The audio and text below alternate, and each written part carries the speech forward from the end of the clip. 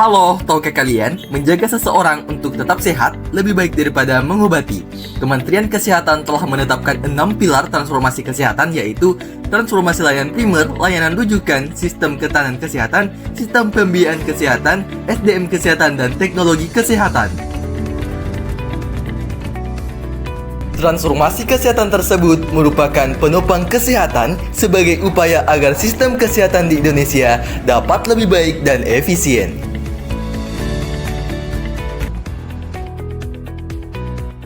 Bapak Ibu, kalau kita tidak jaga, kita tidak dorong ke promotif preventif, kita lupa populasi kita menua, negara kita tidak akan sanggup menanggung biaya kesehatan masyarakat.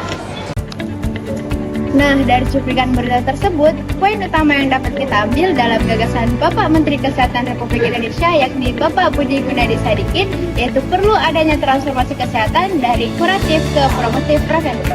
Hal tersebut merupakan pilar pertama dalam transformasi kesehatan, sehingga perlu pemberdayaan masyarakat melalui Posyandu sebagai salah satu fasilitas promotif preventif yang akan bertindak secara lebih aktif, tidak hanya melayani anak dan ibu, tetapi akan melayani seluruh siklus hidup, termasuk remaja, dewasa, dan lansia. Perlu diketahui bahwa lansia adalah kelompok umur yang paling rentan terkena penyakit. Menurut survei Perhimpunan Gerontologi Medik Indonesia pada tahun 2022, sebesar 24,6% penduduk lansia memiliki riwayat penyakit kronis, di mana hipertensi menjadi penyakit kronis dengan persentase tertinggi sebesar 37,8%. Maka dari itu, selain memanfaatkan Posyandu sebagai salah satu fasilitas, juga diperlukan upaya-upaya untuk mencegah timbulnya berbagai penyakit. Adapun upaya yang dapat dilakukan agar dapat mentransmisikan transformasi kesehatan dari kuratif menjadi promotif preventif. Yang pertama, rutin berolahraga. WHO merekomendasikan anak-anak dan remaja berusia 5-17 tahun harus melakukan setidaknya 60 menit per hari dengan intensitas sedang hingga kuat.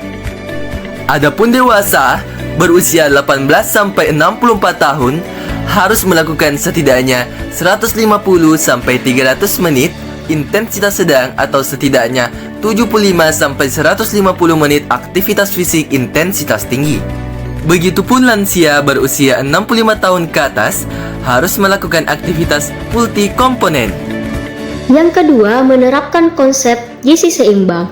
Salah satu metode untuk mendorong hal tersebut adalah konsep isi piringku.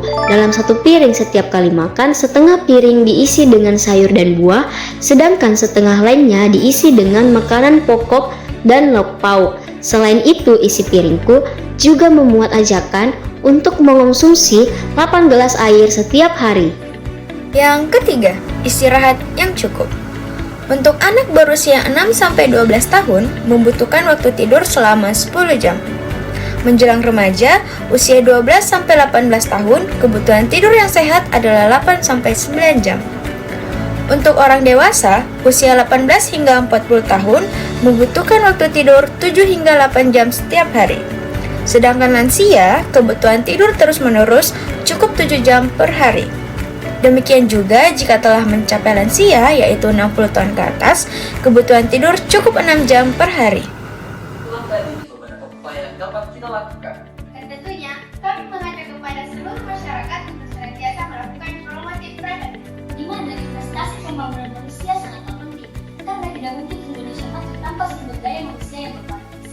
Ingat, menjaga seseorang untuk sehat lebih baik daripada mengobati orang yang sakit.